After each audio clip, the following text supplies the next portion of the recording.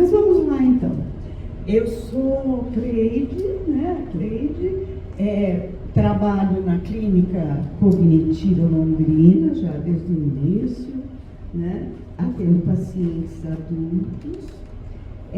Tenho formação em psicologia já de longa data, né? Muito tempo. Fiz mais recentemente a especialização e a proficiência em TCC também, que é algo que me interessa muito e sou muito apaixonada pela prática, vendo, né, a consistência e os resultados com que podem ser beneficiados os pacientes. Sou mãe, tenho 3 filhos adultos casados e tenho também um neto já adulto, né?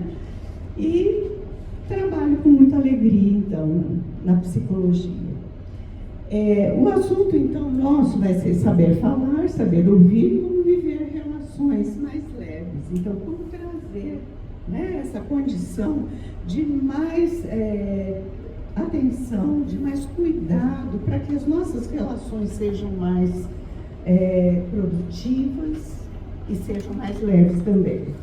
Eu quero começar com vocês, né, com um momento de cinema que traz um diálogo. Eu não sei se você já conheciam esse filme, é meio antigo. Não, que bom, então é novidade para alguns. Então a gente percebe, né, várias situações, várias falas, né, dá para captar algumas coisas. Eu queria saber o que vocês captaram, o que chamou a atenção, né? Viram alguma emoção diferente? Ela não esperou ele terminar a minha fala. Ela interrompe, né? Entendeu? Sim, interrompe. A expressão facial dele. Defensiva? Isso. Rapidamente ela assume, né, esse papel de ir atrás dos interesses dela, né? A expressão facial dele, quando falou sobre a questão do valor, ele abaixou a cabeça como se ele estivesse com vergonha ou como se ele estivesse querendo fazer uma surpresa para ela. Isso. Parece que tem uma premeditação aí, né? No começo, quando ela está no telefone, dá para ver que ela tem uma boa habilidade de comunicação, né? Ela é calma, ela é educada, alguma coisa. Verdade. Então, vejam, né, que aí a gente percebe, né, a mudança dos estados emocionais, né, no rosto dele, no rosto dela, na postura, né, a hora que ele fala, eu reavaliei, né, achei que não era apropriado aquilo que tinha sido combinado. Ela tá, fecha os braços, tranca, né, e começa. Vocês perceberam ela ir elevando a voz na medida que ela falava? E como ela, a fala dela, né, as palavras começaram a ter um teor mais agressivo, né? Pensei que era aqui. Ela chega, inclusive, a insultar ele, né? Confiar em você, né? Vocês advogados, né? Então, ela realmente vai numa escalada, né, bem direto, né, um crescimento de expressão, de postura, de tom de voz, de ritmo, alterando, né, aquela fala que começou quase que numa normalidade, numa comunicação normal dentro de um ambiente de escritório. Chama até a atenção dos outros, né, a altura com que ela fala. Então, a gente vê aí claramente, né? Lógico que houve uma premeditação, né? No personagem do Aaron, né? Que é o chefe do escritório, o advogado. Ele premeditou, ele dá aquele sorrisinho, né? Malandro. Mas vejam que existe ali uma intenção meio provocativa nele, né? E ele vai justamente tocar, para quem já viu o filme, né? Para quem não viu, dando spoiler, né? Vai tocar exatamente num ponto crítico dela, que é a justiça, né? leva ela, inclusive, a ter o desempenho que ela tem nesse escritório. E a sobrevivência, porque ela é mãe e ela cuida, acho que de 2 ou 3 filhos sozinha. Né? Então, a sobrevivência ali é muito importante.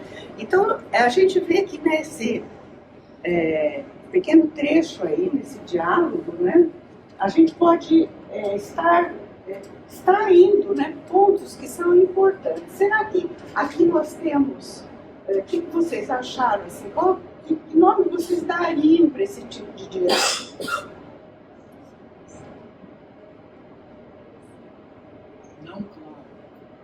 Não, claro. Ele não falou o que deveria falar. E ela não respondeu de acordo com o que ele estava expressando. Sim. A ansiedade dela, né, fez com que ela... Ele não falou Então, tanto que ele quanto ela não são bem claros. Isso é importante, isso que você está dizendo, né? A falta da clareza. Que a gente vai ver aqui mais adiante, né? Como que nós podemos, né, às vezes, trabalhar conosco e trabalhar com o nosso paciente. Eu sei que aqui nós temos bastante estudantes de psicologia, né?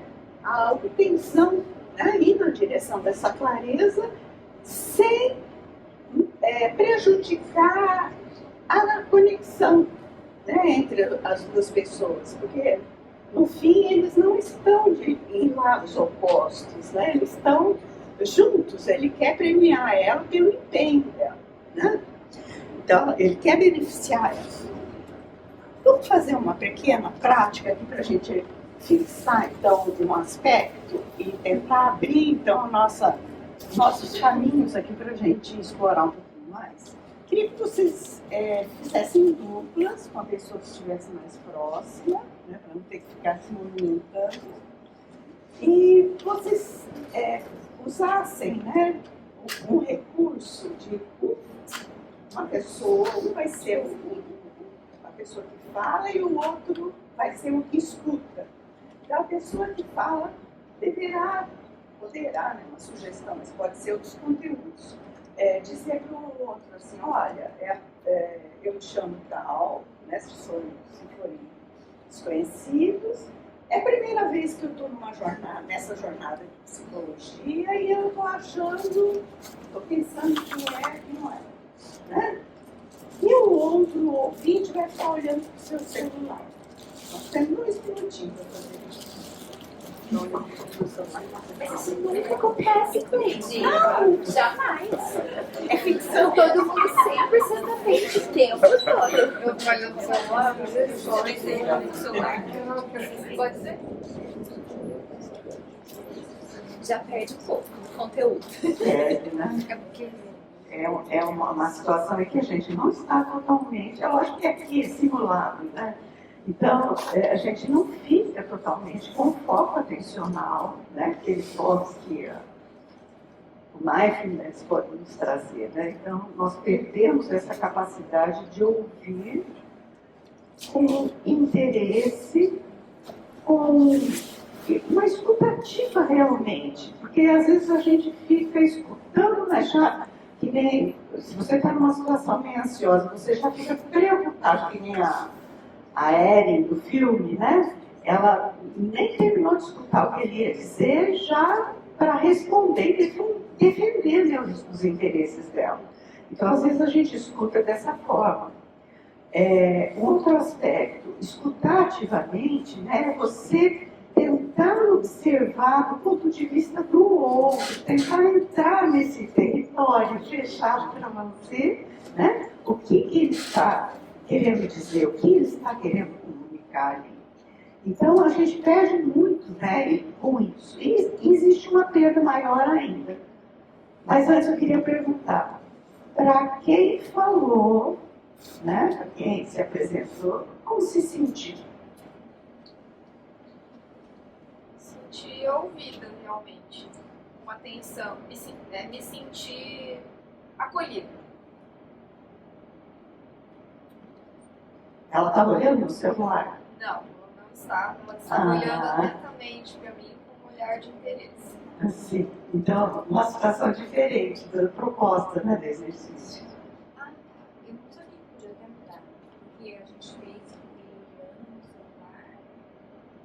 falando, a gente se sente. Então, como você se sentiu, Patrícia? Pode falar a palavra? Pode. Achei muito idiota. Você tá falando e a pessoa tá ali. Eu me senti perdida. Perdida. Ela estava tão focada no celular, eu falei, vou falar disso. Eu vou falar disso também. Será que ela validou isso já? Não tinha nenhuma reação, né? Eu fui falando, falei, tá bom, tá. Fico meio perdida na comunicação. Sim.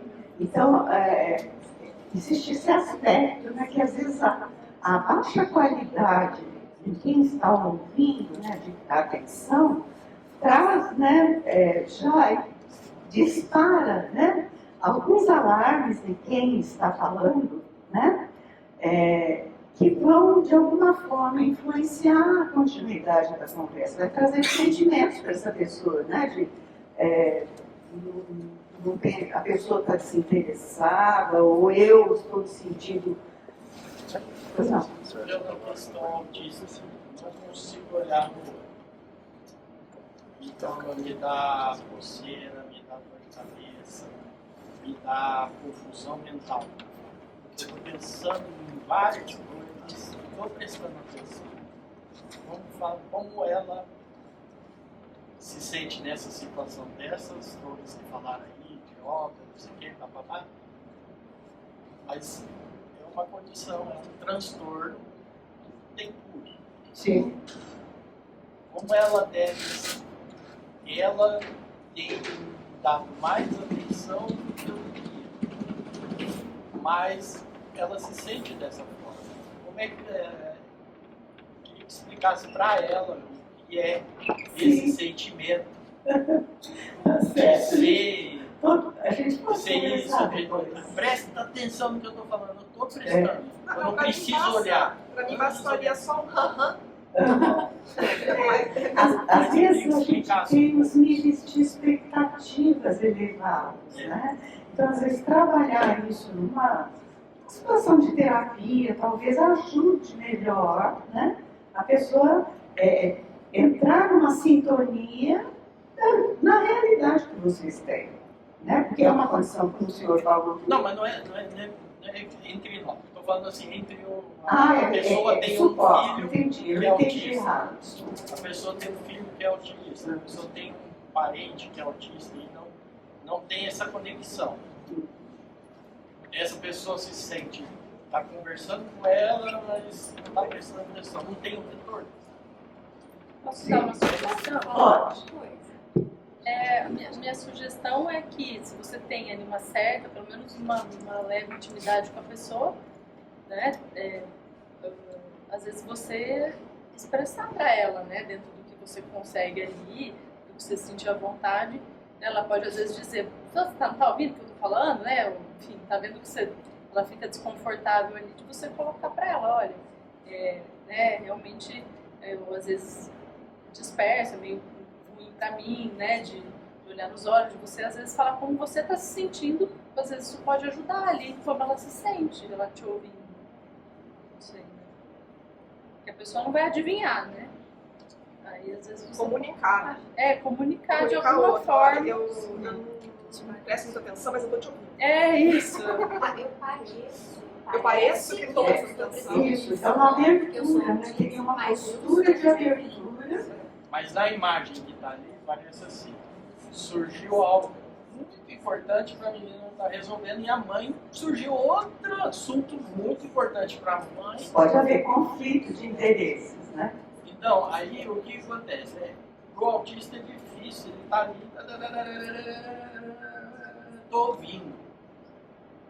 Às vezes eu falo para ela assim, eu tenho que pôr fone de ouvido ou plug, porque eu ouço todas as conversas ao mesmo tempo e eu quero participar de todas as conversas, eu quero ouvir o final das conversas, por isso que é difícil para mim num shopping, num restaurante, porque eu fico pensando, o que aquele cara vai acabar de falar para mim com a esposa? Como é que termina essa história? Ele não termina.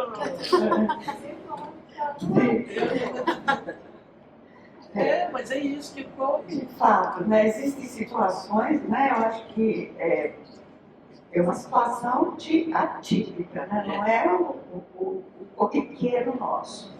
Eu acho que vale a pena realmente conversar, né, sobre isso mais profundamente. E se o senhor puder, né, você puder fazer alguma coisa para ajudar, né, eu acho que seria bom também, nesse sentido, como a... Mas para Raquel,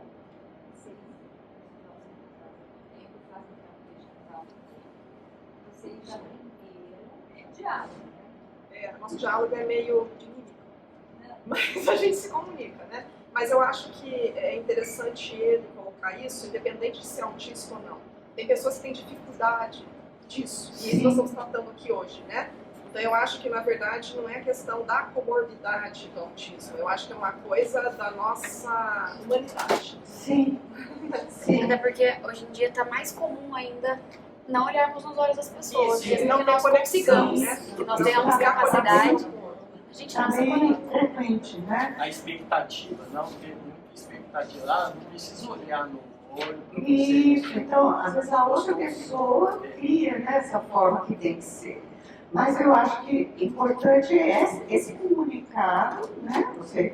E nós vamos ver logo mais aqui como fazer esse comunicado. Então, vamos aguardar um pouquinho. Como... Você quer falar? Eu queria falar assim, tipo, no meu caso, assim, até com meu marido, pessoa, eu falo, olha, por favor, assim, presta atenção, olha pra mim, eu quero te comunicar, eu te amo, mesmo quando a pessoa não está percebendo. Sim. Eu falo assim, olha, por favor, você pode me dar um minuto da sua atenção? Estou precisando do seu... Eu falo isso. Aí meu marido chega em casa mexendo no celular, eu falo pra ele, termina tudo que você vai me falar no celular, aí daí você vai pôr o celular aí virado pra baixo e eu preciso conversar com você. É assim, combinado. Se ficar ali e eu tô falando, eu não falo. Porque eu vou me sentir uma idiota, igual eu falei. Então eu não quero me sentir uma idiota. Eu vou fazer uma combinação. Faz o que você fazer e depois Isso. Vamos seguir adiante que a gente vai entrar nessas questões de como se posicionar, né, também, porque é uma questão de posicionamento. Mas vamos lá, então. Aqui, então, a gente, só para tentar, né, fazer essa ideia de que é possível fazer essa conexão. Né? Tanto a gente ter uma eficácia na nossa fala, comunicar aquilo que a gente precisa, né? E, ao mesmo tempo, manter a conexão, manter a qualidade, né, do entendimento e do relacionamento. E como que a gente pode chegar? Então, a gente tem aqui, eu só trouxe 2 caminhos aqui para a gente examinar um pouco. Né? O primeiro deles, então, é a assertividade. E a gente vai entrar nessa questão aqui da assertividade. A assertividade é um termo, né, que também em algumas leituras eles mencionam como asserção, né, que está sendo estudado já, né, eu coloquei alguns textos aí que vão dizer quais são os elementos que estão presentes na assertividade. E houve uma evolução, mas eu quero fixar principalmente no último ali. Né? É uma questão de competência. Então, é uma habilidade. Então, se é uma competência e uma habilidade, então é algo que pode ser aprendido. Não é um traço de personalidade, porque às vezes as pessoas falam, eu sou assim mesmo, né? Eu me distraio muito, eu tenho dificuldade de ficar prestando atenção. Mas isso não é próprio da pessoa, isso é uma questão de aprendizagem. Então pode ser aprendido e pode ser desenvolvido, por ser uma habilidade. Então, nesse sentido, eu quis trazer algum material para vocês, né, para a gente trabalhar um pouco isso, a questão da assertividade. Vamos imaginar uma situação. Vamos imaginar que uma pessoa foi convidada para ir jantar na casa da outra, né? Às 8 horas da noite começaria o jantar, e essa pessoa chega com 1 hora de atraso. né? Como será, né, que ela pode ser recebida? Então, aqui a gente colocou 4 possibilidades de respostas, né? Então, estou te esperando uma hora, gostaria que tivesse telefonado para dizer que chegaria mais tarde. Outra forma, você é um cara de pau, chegou muito tarde, eu avisei que era às 8 horas. A última vez que te convido para jantar aqui em casa, né? A outra forma de receber, entre, o jantar está servido. Ou então, que bom que você chegou para a sobremesa. Né? Então, isso pode ser acompanhado, inclusive, de gestos, de tonalidade de voz, de ritmo, entonação. Que bom, né? Quando a gente ressalta, né, uma palavra específica. Então, veja que são muitas as possibilidades. Qual vocês acham que é a resposta mais assertiva? Que se aproxima mais de ser assertiva? Qual? Isso. Entre o jantar já está servido? Há uma discordância aí? Qual é a tua opinião? Eu usaria a última. Que bom que você chegou para sua Mas alguém pegou alguma coisa? A primeira, certo. É realmente a primeira.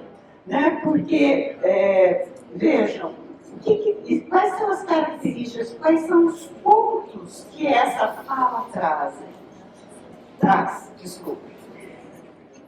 Estou te esperando há uma hora. É uma fala sem julgamento. É uma fala bastante neutra e descritiva. Então, às vezes, falta para a gente na comunicação ter essa capacidade de falar as coisas sem julgamento. A gente, às vezes, é muito rápido em avaliar o que está acontecendo e já coloca na nossa conversa essa avaliação. Né? Cleide, não sei se você vai falar sobre isso, mas igual você pode falar, avaliar o que está acontecendo. Não estou escutando bem, Arthur.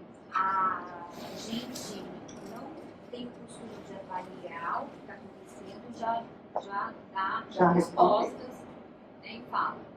Porque também a pessoa poderia ter chegado atrasada por algum imprevisto, furou o pneu do carro, isso mesmo. Então é a pressa, né? Tá. Mas aqui nós vamos ver mais tarde, né, como tornar essa resposta um pouco mais...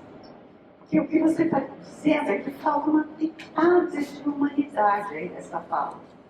Ela é muito descritiva e muito pontual, fazendo um pedido objetivo.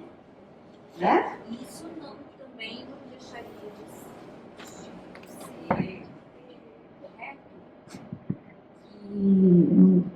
Que ela falou assim, gostaria que você tivesse ligado para dizer que chegaria mais tarde, que se tivesse acontecido o imprevisto, ele ligaria, né? A pessoa ligaria. Isso. Então, o pedido dela resolveria em parte isso. E as outras, né? Vamos ver as outras respostas, né?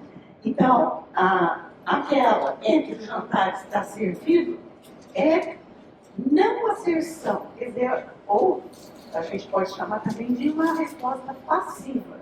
Por que é uma não asserção? Porque ali não tem, né, registrado nada em relação à experiência dela. É uma fala muito limitante, né?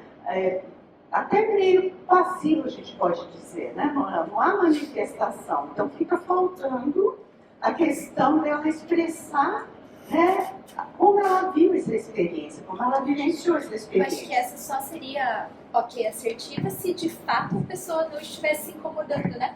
Isso. Vai que o anfitrião até se atrasou para o jantar e o pessoal, ah, que bom que o convidado atrasou. Aí não ia ser considerado passivo, ele entra. Aí ia ser considerado assertivo. Assertivo. A outra superior ali é uma resposta agressiva, né? Porque faz um xingamento praticamente, ameaça, não te convido mais, né? Então há uma ameaça ali. E outra coisa que é importante na questão da fala agressiva, eu coloquei até em destaque ali a palavra eu, ela fica muito centrada, né, nos interesses da pessoa que fala, o eu, né? Então há uma sobreposição, não é um relacionamento equilibrado, né? Então é a pessoa que fala querendo impor, né, para o outro. Então por isso ela é uma resposta agressiva. E que bom que você chegou para a sobremesa, é uma resposta passiva-agressiva, né? Por quê? Porque não fala exatamente aquilo que a pessoa quer falar, né? Ela dá uma característica meio jocosa, então tem uma ironia, tem um sarcasmo, sabendo que houve um transtorno para a pessoa que ia receber o convidado. Como seria, então, transformar, né, essa fala assertiva naquele aspecto que a Patrícia levantou, que eu achei bastante interessante, né? Como deixar isso um pouco mais humanizado, como tornar essa fala uma possibilidade de estabelecer conexão, né, que fica faltando. Então agora a gente vai para o segundo caminho. Né? Nós vamos ver então como tornar a nossa fala assertiva, clara, que seja funcional, que seja eficaz, mas também que traga conexão. Então eu coloquei na mesma fala que é dita que é assertiva, né, dois passos, né, acrescentei 2 passos que ampliam um pouco mais essa comunicação entre a pessoa que recebe e o convidado. Então, estou esperando a uma hora certa. É um fato observável, dá para medir o tempo, é uma coisa bem descritiva, como o Alex trouxe já, né? Aí, a segunda fala, acabei ficando preocupada e me sentindo confuso. Então, ela faz uma autorrevelação. Ela diz para a pessoa o que aquilo impactou ela, o que trouxe para ela. Então, nesse passo, né, ela está manifestando uma certa vulnerabilidade. Por quê? Porque ela está dizendo como ela se sentiu, né, o impacto que trouxe para mim. E isso nós vamos ver mais adiante, que é um fator que às vezes facilita, né, que a comunicação seja mais integrativa, haja mais conexão. Porque gosto de organizar bem o jantar quando recebo pessoas em casa. Então ela dá uma justificativa, mas aí ela está expressando também uma necessidade pessoal dela. Eu gosto de organizar bem quando eu recebo as pessoas. Tem pessoas que são mais tranquilas para receber, né, que não fazem questão de servir a comida na ordem, no tempo. Então, às vezes também é um jantar mais informal, mas no caso desse tinha, né, uma sequência, então ela gosta de receber bem as pessoas. E aí sim fazer um pedido, claro, gostaria que tivesse telefonado para dizer que chegaria mais tarde. Então, parece que humanizou um pouco, parece que trouxe um componente aí mais de conexão, que facilita, né, o entendimento entre as duas pessoas. O que vocês acham? Então, nós entramos na questão do livro aqui, que é a comunicação não violenta. Esses são os 4 passos, né, que a a comunicação não violenta sugere. Né? Então, primeiro, fazer uma descrição realista, né, bem prática da situação, do fato que aconteceu, sem colocar julgamento. Segundo, dizer como que emoção que me trouxe, né, que impacto que teve para mim aquela situação. O terceiro, né, então, seria revelar uma necessidade. E aí, além da emoção, às vezes a gente tem, né, uma dificuldade para fazer isso conforme a situação. É lógico que nós temos vários ambientes, né? Em alguns ambientes isso é mais difícil, mas não é impossível. E revelar essa necessidade também parece que nos dá uma ideia de tornarmos mais vulneráveis. Então, esses são os 4 passos, né? Que é o que eu acabei de falar para vocês. Observação, sentimentos, necessidade dividida.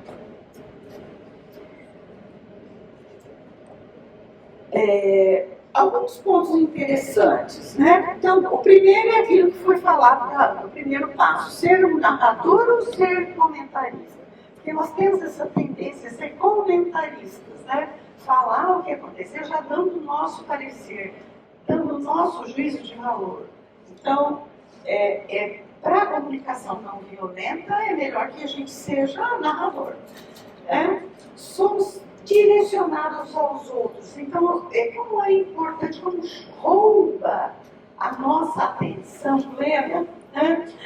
O nosso foco, quando a gente começa a dispersar, sair da situação em si e ficar já antevendo qual o juízo o outro vai fazer, né, do que eu estou falando. Então, isso é muito fácil para a gente fazer, né? É muito frequente. Então, isso requer um certo treino, a gente começar a aprender, né, a focar no que você está sentindo antes disso. Nosso repertório, essa é uma observação do autor do livro, nosso repertório de palavras é maior para avaliar e dar rótulos para as pessoas com as quais interagimos do que nosso vocabulário para descrever claramente nossos próprios estados emocionais. Então existe, né, uma dificuldade real, que a gente sabe, né, que existe, que é essa conexão com a gente mesmo primeiro. Né? Então, estar conectado consigo mesmo, percebendo as mudanças, né, que há no nosso corpo, a mudança, entendendo a emoção que dispara, isso já é, né, como é que a gente podia dizer? Uma preparação para que a gente possa desenvolver a empatia com os outros. Quando a gente não tem essa autopercepção desenvolvida, né, então é mais difícil. Então é um exercício que deve ser treinado. Uma alertinha só, né? Às vezes a nossa linguagem, né, fica meio misturada, a gente usa termos como sinto que você não gostou do que eu falei. Né? E esse sinto não é emoção. Esse sinto que, a palavra sinto precedida, né, de quê? Não, sucedida de quê? Né? Mas no sentido de penso, acho, eu estou fazendo alguma consideração, eu estou fazendo alguma análise. Né? Então, na verdade, falar sobre emoção, às vezes você nem precisa usar a palavra assim, você pode falar, estou irritado. Não precisa dizer, sinto raiva. Né? Então, existem formas que podem ser treinadas e aprendidas que são mais facilitadoras. Então, parece que é meio problemático, né? Botar em prática essa assusta, né? Dá um pouco de preguiça, né? De treinar isso e saber como falar, né? Então, aqui nesse livro, inclusive, né? O doutor Rosenberg, né? Ele traz uma situação que ele foi chamado para fazer um treinamento com uma equipe de... Nossa, esse é o nome dos meus livros,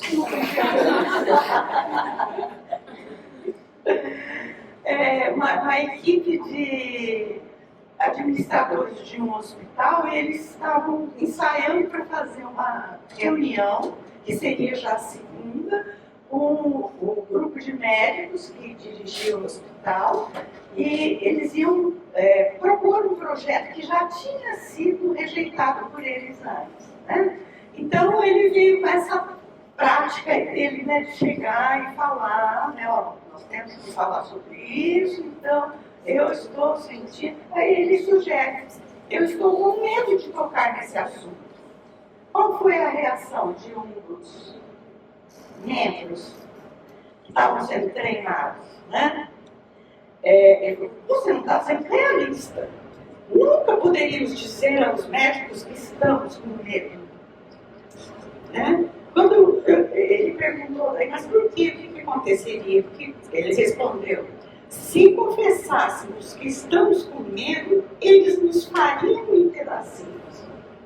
Então, o medo de ser feito em pedacinho, né, veja, é uma emoção que às vezes serve como um obstáculo, né?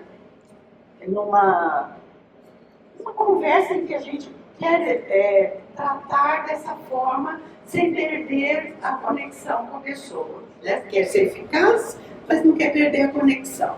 No fim, o resultado é positivo. O pessoal fala isso na reunião e os médicos aprovam. Mas aí vocês vão ler no livro. Né? Aqui é uma historinha, mas eu... Então, o que nós queremos trazer nesse momento? A questão de que, às vezes, estar falando nos dispara várias emoções. Às vezes o medo, como a gente viu aqui, o medo de ser feito em pedacinho, às vezes a raiva. Eu vou ter que repetir de novo isso para ele, né? Talvez numa condição ali como não sei o nome, a Raquel falou, né? Trazer essa raiva. Nossa, eu vou ter que repetir de novo, já falei isso, ele não estava prestando atenção, né?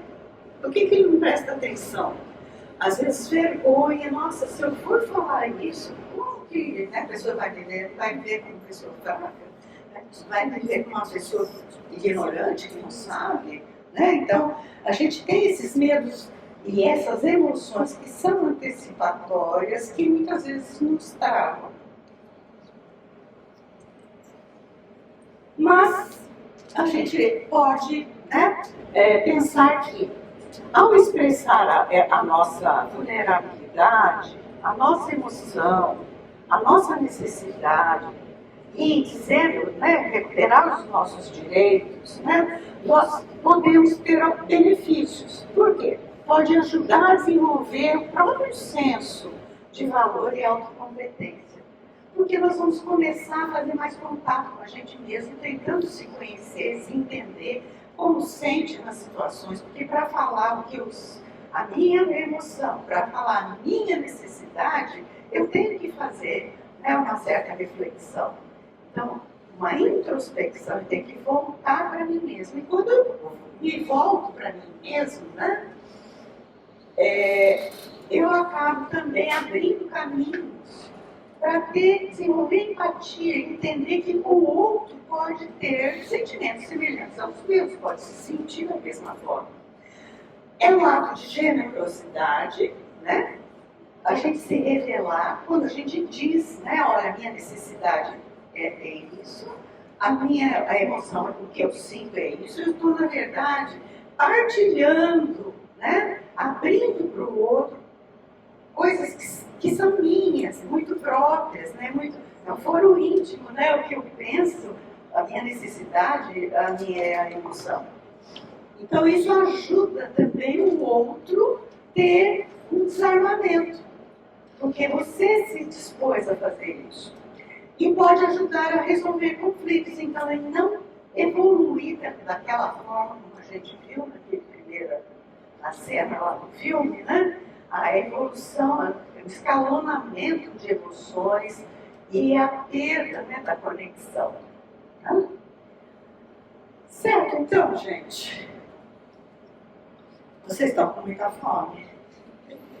Já? qual é a necessidade no momento, né? Qual é a necessidade de vocês nesse momento de alimentação? Eu tenho até uma colinha aqui, ó. Necessidades. Né? Então, às vezes, a gente não tem esse repertório, né? Para examinar, então, entender quais são os nossos medos, aprender a dominar os nossos sentimentos, as nossas emoções, e ainda mais difícil é entender qual é a nossa necessidade que está emergindo naquele momento e não está sendo satisfeita para a gente comunicar para o outro. Né? Então, fica aí então, para vocês as pistas, né, o convite para vocês buscarem, né, desenvolver na comunicação aos outros, para alcançar um nível de maior conexão, respeitando os seus direitos, respeitando os direitos do outro, né, que é uma forma de falar clara, precisa, né? E a gente deseja que vocês sejam, então, bem-sucedidos nas suas conversas. Tá bom? Obrigada pela atenção.